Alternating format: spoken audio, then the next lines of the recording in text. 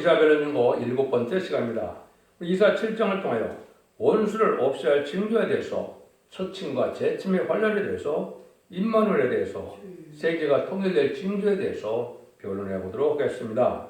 본장은 유다 왕 아하스 때 초침과 재침을 들어서 선지국가에 교훈을 주고 있습니다. 재침 때에는 백성이 떨게 된다는 것인데요. 원수는 마귀 세력인데 허락받은 마귀 세력이 무신을 요문안에 공산당인데 공산당 망하는 때가 세계 통일이 된다는 것이죠. 그래서 선지국가인 한국에 초침과 재침의 환란이 오므로 세상 종말의 역사가 진행될 것을 말씀하셨는데 초침은 유교 동란을 뜻했다 이렇게 볼 수가 있습니다. 1절 2절을 먼저 보시겠습니다. 우시아의 손자요 요담의 아들인 유다 왕 아하스 때에 아람 왕 르신과 르만의 아들 이스라엘 왕 베가가 와서 예루살렘을 쳤으나 능히 이기지 못하니라. 혹이 다윗 집에 구하여 그런데 아람이 에브라임과 동맹하였다 했으므로 왕의 마음과 그 백성의 마음이 삼림이 아람에 흔들림같이 흔들렸더라. 여기 유다 왕 아하스 때 아람과 북방 이스라엘이 예루살렘을 쳤다고 그랬죠. 그런데 거기서는 승리를 이루지는 못했다. 이것이 이제 한국에 유교동란이 일어났지만은 유교동란 때 북한이 승리하지는 못했다. 이렇게 볼 수 있는 것이죠. 근데 여기 뭐라 그럽니까? 다시 아람군이 에브라임과 동맹을 맺었다. 이런 얘기가 나오죠. 동맹했던 것이. 이것이 이제 1961년 7월 11일 중공과 북한이 조중동맹을 맺었죠. 이걸 지금 말씀하신 것이다. 그래서 이런 일이 있게 되고 나면 이제 재침 때가 오는데 그때는 만선이 떨게 된다. 이 말입니다. 아하스 왕은 하나님을 공경하는 신앙심이 없었고 이방왕과 타협하는 협상적인 왕이었습니다. 그래서 하나님이 그 나라를 혼란에 빠지게 하였는데 그 상태에 적군이 침입해 들어와서 북방 이스라엘 배가 아람군이 합해서 예루살렘에 쳐들어왔을 때 그들은 억지로 그들을 막았는데 또다시 아람군이 에브라임과 합해서 들어온다 할 때 그때 무서워 떨었다는 것입니다. 지금 말씀드린 것처럼 이게 육적 이스라엘 백성에 일어나는 일은 사실이지만 이거는 인간 동물의 선지국가인 한국에 일어날 일이 된다. 초점은 아까 유교동이라고 했습니다. 재침은 이제 심판의 환란을 뜻했는데 주님께서도 마태복음 24장 21절에 창세기로 없는 환란이 온다 그랬죠. 다니엘 선지도 계곡이 없는 환란이 온다 그랬고 요엘 선지자도 자곡이 없는 환란이 온다고 요엘서 2장 1절 2절에 말했거든요. 이 환란이 바로 이제 심판의 환란이다. 이렇게 볼 수가 있는데 이 일들을 이제 우리가 좀 한 가지 짚고 넘어갈 것은 이걸 어떻게 한국에 적용되는 걸 했을 때 한국은 선지국가라는 사실이 성경적으로 우리가 깨달아야 됩니다. 그래서 먼저 시편 118편 22절 23절에 보면 건축자의 본들이 보통의 뚫의 머리털이 되었다. 너희들은 이상하지만 하나님 작정된 일이라는 것이죠. 이걸 이제 주님께서 못 깨달으니까 마태복음 21장에 자세히 설명을 드렸습니다. 그래서 마태복음 21장 19절에 보면 때이른 철이른 무화과나무를 주님이 저주했죠. 그래서 그 이적이 일어나서 영원히 열매를 맺지 못하리라고 그랬죠. 그것이 이스라엘 백성들인데 이스라엘 백성들은 주님이 성경대로 예언대로 메시아로 오셨지만은 영접하지 않고 십자가 못 박아 죽일 것을 주님이 아셨기 때문에 이스라엘 백성들을 향하여 저주로 기적을 일으킨 겁니다. 그 일들을 이제 33절 이하에 보면 이제 농부가 포도원을 세를 주고 갔는데 이제 종들과 이제 종들을 때리고 죽이고 그랬다 그랬죠. 그래서 다시 아들을 보내니까 아들을 포도원 밖에 죽였다고 39절에 나오거든요. 그 포도원 밖에 죽인 아기들이 누굽니까? 그게 바로 예수님이죠. 그래서 예수님이 그거를 설명하죠. 너희가 건축자의 본들이 보통의 뚫의 머리털이 되는 것을 읽어보지 못했느냐. 너희들은 하나님의 나라를 빼앗기고 열매 맺는 백성이 이제 받게 된다. 열매를 제때 바칠 만한 백성이다. 이렇게 표현하셨죠. 그래서 이 돌 위에 떨어지면 가루가 된다 그랬는데 이것은 바로 뭐냐? 초림주로 오신 예수님이 이제 버림을 당할 걸 얘기한 것이죠. 초림주 예수님은 이제 이사야 9장 7절에 보면 다윗 왕국을 건설하기 위해 이 땅에 오셨거든요. 그런데 시간 바깥으로 가셨죠. 그래서 버림돌이 됐습니다. 보통의 머리돌은 심판주 역사고 재림지 역사를 할 것을 말씀하셨는데 이것이 바로 이제 우리가 주님을 영접할 수 있는 말세 복물자는 사명을 뜻했는데 이것은 바로 한국의 그 사명입니다. 그걸 어떻게 증명하느냐? 그것이 이제는 무화과나무 비유를 말씀하셨을 때 마태복음 24장 3절 이하에 보면 인간 종말에 될 일을 쭉 말씀하셨죠. 그게 20세기에 다 이루어졌습니다. 그래서 이사야 24장 21절에 큰 개구리는 환란이 온다. 장수는 환란이 온다는 것은 32절, 33절에 보면 다시 주님께서 무화과나무 비유를 또 얘기했죠. 무화과나무 잎이 나고 같이가 나면 때가 이른 줄 알아라. 여름이 온 줄 아는 것처럼 인자가 문 앞에 이르렀으니까 너희가 머리를 들라. 이런 식으로 말씀하시죠. 이것이 바로 이제 1948년 5월 14일 1800년 동안이나 이제 나라가 없었던 이스라엘이 건국이 되고 3개월 후에 1948년 8월 15일 한국이 건국됐죠. 이때 이제 사명이 옮겨서 이것이 선지국가의 사명을 하면서 맡게 되었다 이 말입니다. 그래서 구역에 되어진 일은 이제 인간의 선지국가인 황후에 되어진 일도 이걸 말씀하시는 것이지 구역이 된 일만 알고 있다면 아무 소용이 없습니다. 과거 몇천 년 전에 일어난 일을 우리가 알고만 있다면 무슨 소용이 있습니까? 이거는 인간의 될 일을 말씀하신 것이다. 이 정도를 깨달아야 이 말씀을 깨달을 수가 있다 이 말입니다.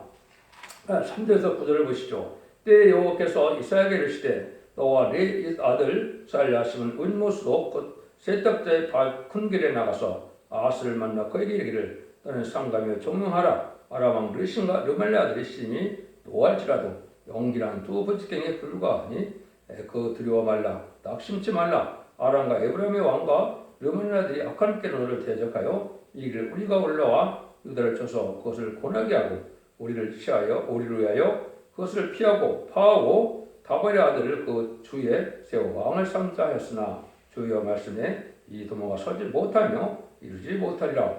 대저 아람의 머리는 다메섹이요 다메섹의 머리는 르신이며 에브라임의 머리는 사마리아요 사마리아의 머리는 르말레 아들이라도 65년 내에 에브라임이 패하여 다시는 나라에 있지 못하리라. 만일 너희가 믿지 않으면 정리 굳게 서지 못하리라. 여기 했죠. 이것이 이제 재침을 얘기해요. 재침에서 오는데 아까도 말씀드린 것처럼 여기에 이제는 두 나라가 쳐들어오게 돼 있죠. 르신과 르말레 아들이 쳐들어오는데 용기란 두 부지경이다. 잠시한 파트로스는 악의 몽둥이다. 몸남북에 사지들어간 민족을 심판하기 위한 환란이다 이 말입니다. 근데 잠시 잠깐만 이것이 이제 사용되는 그런 일이가 두려워 말라는 거죠. 근데 뭘 하려고 그럽니까? 다윗 아들을 구주에 세워 왕을 삼자 하였으나 이거는 이제 바로 김일성, 김정일, 김정은이 되는데 김정은을 통일 대통령의 왕을 삼고 됐었죠. 여러분들이 김정일 때 보면 공동원이 한국에서 좌파 세력들이 그 얘기를 했거든요. 김정일을 통일 대통령을 삼는다고. 그렇지만 그것이 도모가 이루어진다는 겁니까? 안 된다니까? 안 된다는 말이죠. 그거는 안 된다 이 말이죠. 그런데 작정된 기한이 또 있다 이렇게 말씀하시죠. 65년 내에 망하리라 이러는데 이건 아까 1961년 7월 11일 조중동맹이 맺어졌다 그랬죠. 65년을 더하면 2026년이 됩니다. 그래서 2026년 전에는 북한이 망한다 이렇게 볼 수 있습니다. 그래서 북한이 망해서 택한 백성을 구원할 때가 왔다 이렇게 보시는 거지 지금 정확히 이 말씀을 깨달은 것이 된다 이 말입니다. 그래서 이것은 하나님의 섭리 속에 이렇게 되어가고 있다. 그래서 바벨론 70년도 찾고 때가 되어서 우리가 재침에 올라있는 것은 북방 정권의 신화는 양대를 살리는 하나님의 역사고 그것이 이제 통일을 이루고 선주권을 이루어서 재림질 영접할 사람을 주고자 하시는 하나님의 때 같은 경밀이 이루어지는 것이다. 이렇게 깨달아야 됩니다. 10절에서 14절입니다.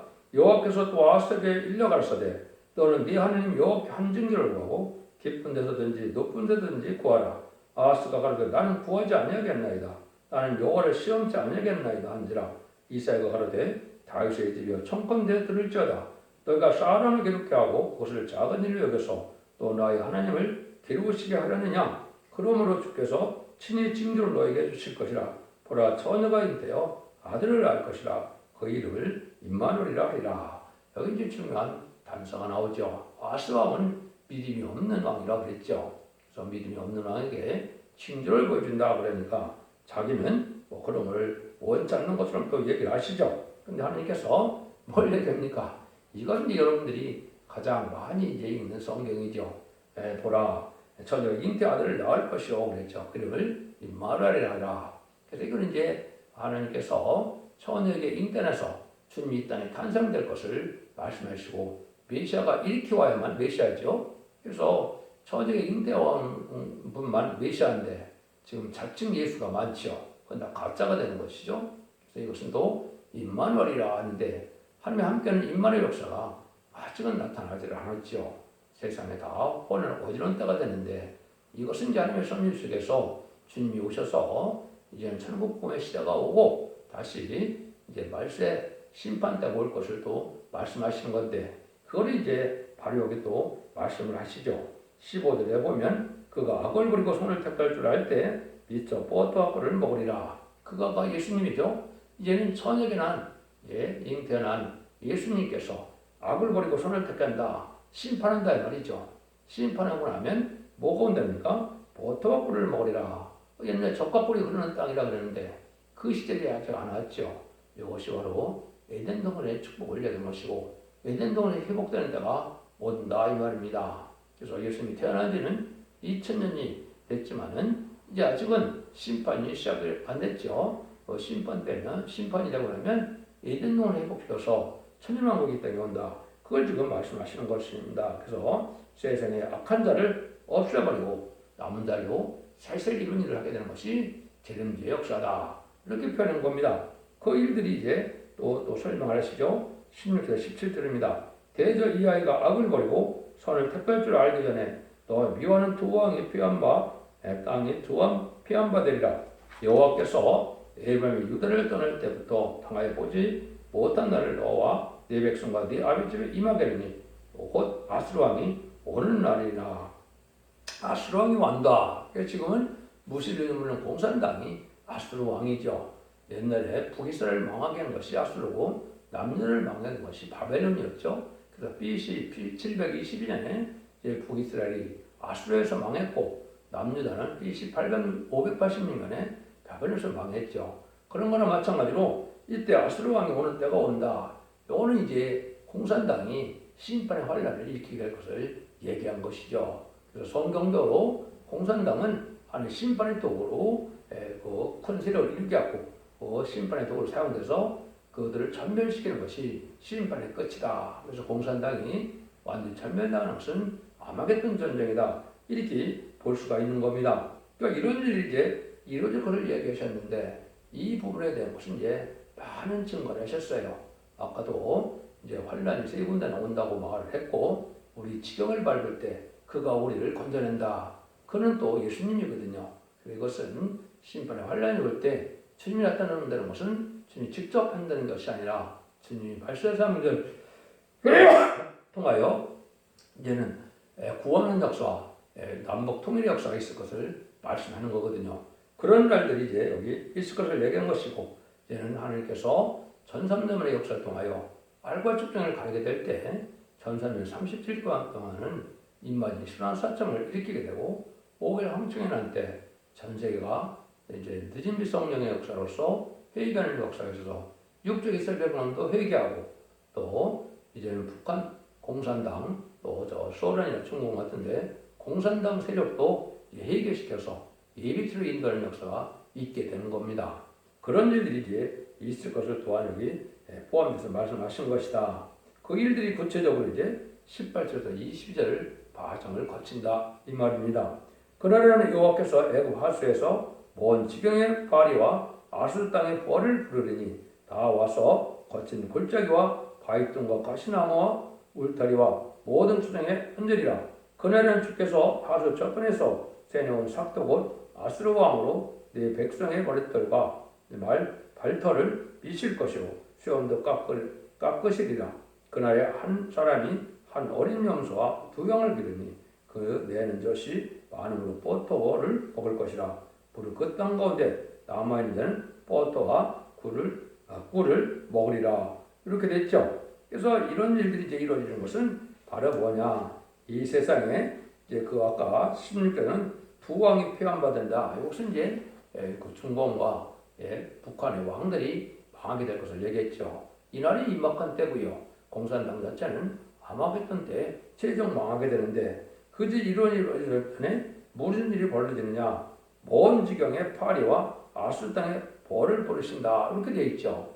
여기 이제 먼 지경의 파리는 이 자본주의가 이 세상에 번성할 것을 아는 겁니다.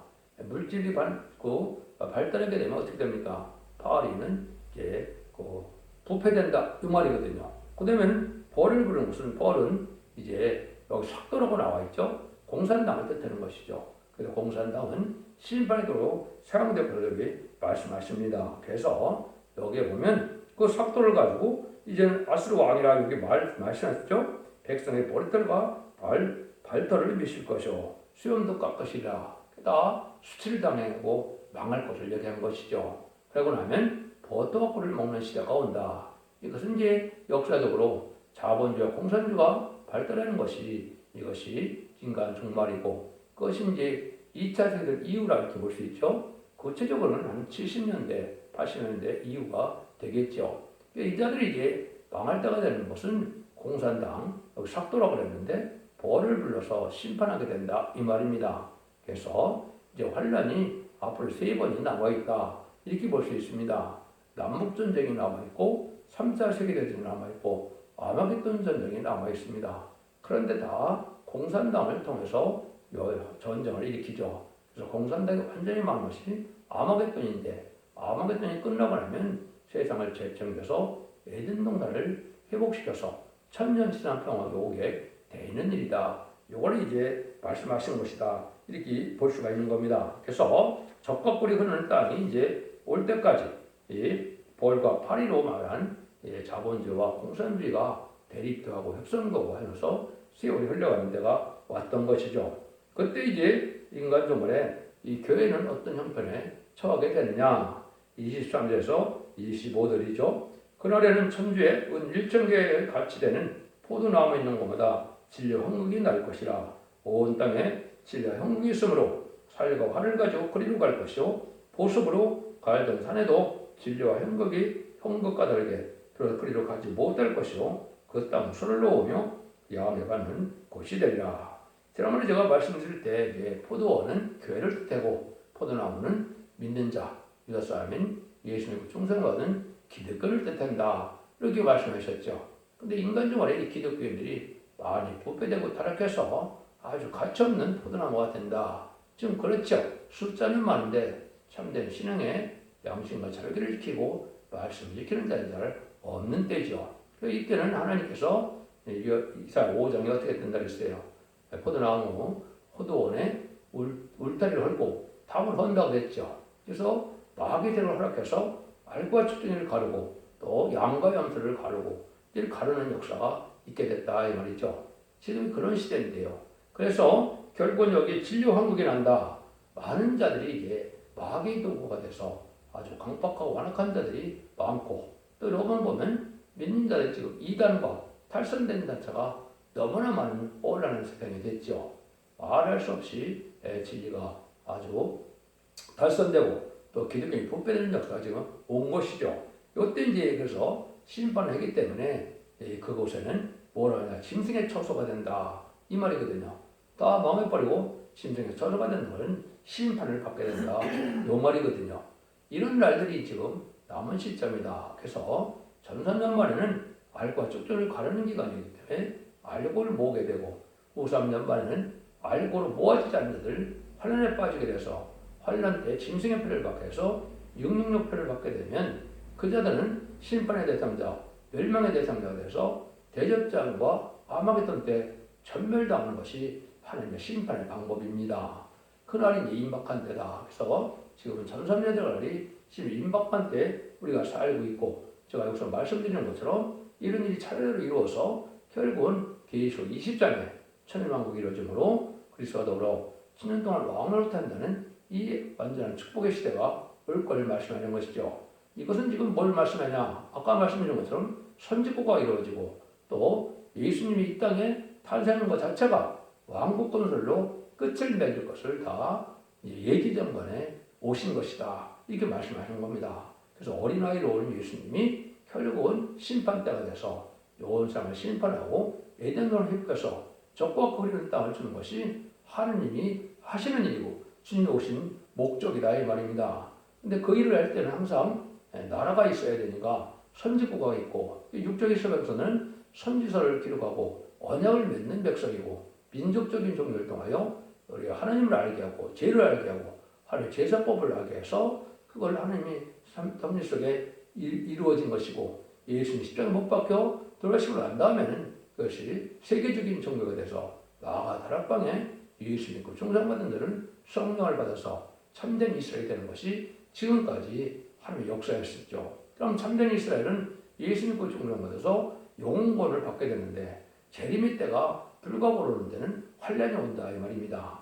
재림의 때가 되면은 죽지 않고 셋이나가고 죽지 않고 별성차는 이러한 영원한 복음 기록 11장 6절에 그렇게 있죠. 죽지 않고 셋이나가는 복음이 올 것을 얘기한 것이고 그걸 전하고 나면 이렇게 이제 심판이 오는데 그거를 사명을 감당할 나라가 있다. 그것이 인간의 선지과인데 제가 말씀드린 것처럼 하나님이 작정된 일이 바로 한국이 선지국가다.